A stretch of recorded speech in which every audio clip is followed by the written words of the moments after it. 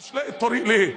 مش لاقي الطريق وسط الابتلاء ليه؟ الاتصال بالله نقطة تحول في حياة كل مبتلى. ربنا ما ابتلاكش عشان ما بيحبكش، ربنا ما ابتلاكش عشان يضيق عليك، ربنا ابتلاك عشان تجري عليه فيحول لك كل حاجة في حياتك، فيبقى لحظة رفعة ايدك لربنا نقطة تحول في حياتك كلها، نقطة تحول. كثير من الناس يقول لك انا كان مقابلتي مع فلان نقطة تحول في حياتي، انا كان الانترفيو اللي عملته في الشركة الفلانية لما عجبت المديرين بتوعي نقطة تحول في حياتي، انا لما قابلت فلان الغني وخلاني امسك اعماله نقطة تحول في حياتي. اخطر نقطة تحول ممكن تبقى في حياتك هي اتصالك بالله. قال رسول الله صلى الله عليه وسلم ان الله حيي كريم. حيي ده يعني تخيل انت ماشي في الشارع وشايل مثلا كيسين ولا حاجه والدنيا حر في عز الظهر ولا حاجه، طفل صغير بيقول لك لو سمحت يا عمو يا الساعه كام الله يكرمك اصل انا، ويعني هتحط الكيس على الارض وتبص انت مش عارف تبص وانت شايل الشيل دي وتبص في الساعه وتقول له حبيبي الساعه كذا، انت مكسوف من طفل صغير انه يطلب منك طلب وانت ما تجيبهوش. ولله المثل الاعلى، فما بالك بالحيي لما انت تطلب من الله. الله حيي، الله يستحي انك انت رفعت ايدك دي تنزل من غير تغيير في حياتك.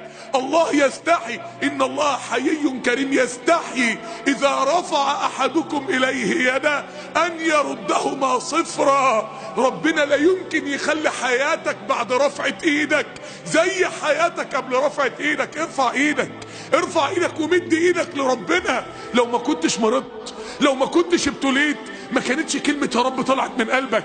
اوعى تفتكر ان الابتلاء اللي ربنا ابتلاه لك ده شر ليك، اوعى تفتكر ان معناه ان ربنا ما بيحبكش، اوعى تقرا الرسالة غلط، اوعى تقرا رسالة الازمة المادية اللي حصلت لك او رسالة الابتلاء اللي انت ابتليت بيه، اوعى تقرا الرسالة ان ربنا ما بيحبكش، ده الرسالة ان ربنا بيحبك ويريدك انك ترفع ايدك.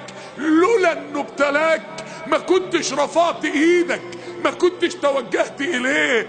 نقطة تحول ان ربنا سبحانه وتعالى اتصالك بيه يبقى نقطة تحول في حياتك كلها. تخيل كده واحد جاب لك تورتايه النهارده مثلا فخمه وكلها فواكه، وتاني يوم قام جايب لك شوكولاته بالمكسرات، تالت يوم قام جايب لك طبق حلويات شرقيه مستورد ربع. فجي مره كل يوم يجيب لك حاجه حلوه قوي كل يوم، فمره بعد سنين بعد آلاف المرات كل يوم يجيب لك حاجة من أجمل ما لذ وطاب.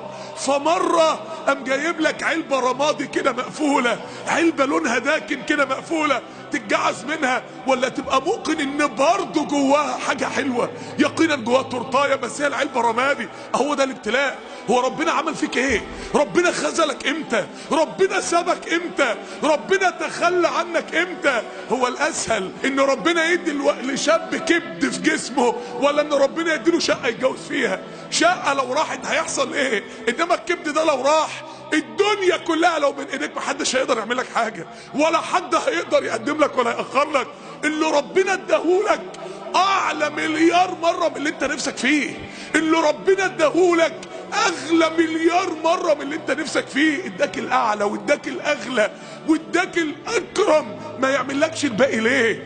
انك انت تعرف مين هو الله سبحانه وتعالى، مين هو المجيب سبحانه وتعالى، انك انت تتصل بالله، انك تقرا رسالة الابتلاء صح وتعرف انها رسالة ليك من ربنا. ربنا بيردك ليه، وربنا سبحانه وتعالى بيرجعك ليه. واحد يعني راح يحلق عند يعني حلاق رجالي، كوافير رجالي، فبيقول للراجل، بيقول له يا عم هو مين اللي قال ان ربنا موجود؟ قال له انت بتقول ايه؟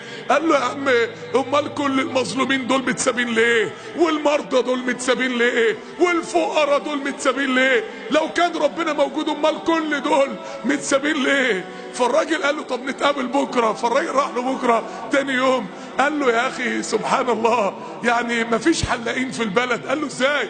قال له امال يا عم الناس اللي شعرها منكوش دي كل شعرها منكوش وماشيه في الشارع. قال له يا عم الحلاقين موجودين بس هم اللي ما بيروح لهمش. قال له كذلك ربنا موجود بس معظم المبتلين هم اللي ما بيروحولوش. هي دي القضيه، ان الابتلاء يوقفك على الخط السليم، ان الابتلاء ده اشارة مرور في الطريق. لما انت بتيجي تحود ربنا بيبعت لك اشارة مرور اسمها الابتلاء، بيقول لك اتوجه صح، بيقول لك امشي في الطريق الصح، توجه الى الله سبحانه وتعالى.